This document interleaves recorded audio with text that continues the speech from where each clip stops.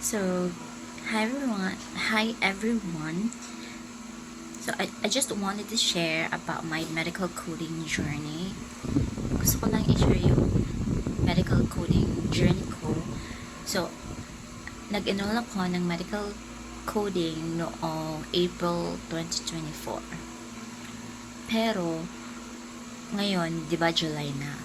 July 2024. But yung percent progress ko is 38% pa lang. So, meaning nun, hindi ako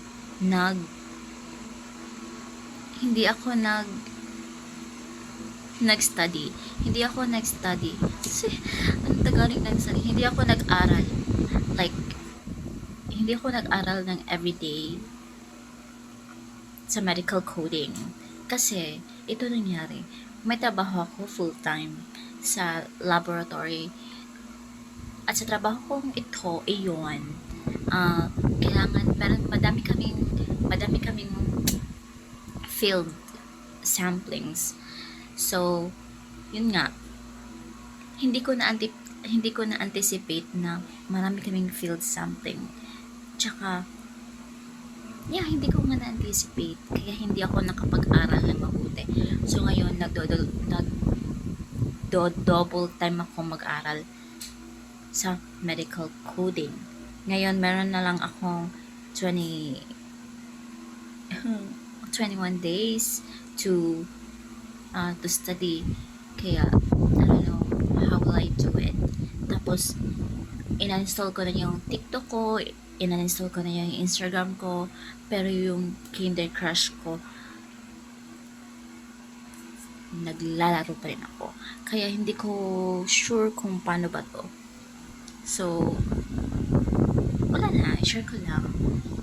Samahan, kung meron man nanonood dito, join me in my journey. Kung papasa ba ako sa certification na to, or I don't know what will happen. So, yeah.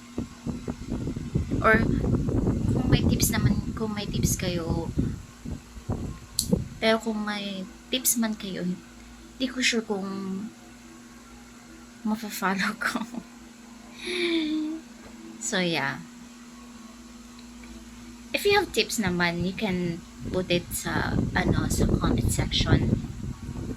Help me guys. I don't know kung paano ba to.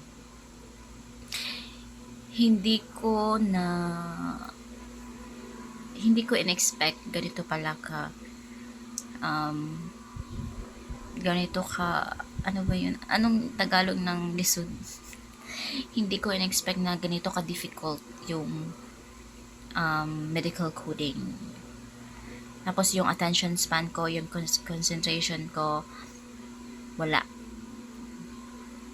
Bagsak. Kaya ito ngayon, YouTube na naman yung distraction ko. Wala na akong TikTok, wala na akong Instagram. Yung Facebook ko meron pa. At saka yung Candy Crush ko, yun yung problema ko. Pero, plano kong mag-double time ng study ngayon. Tignan natin kung papasa ako sa certification. Help me God. Yun lang, share ko lang yun.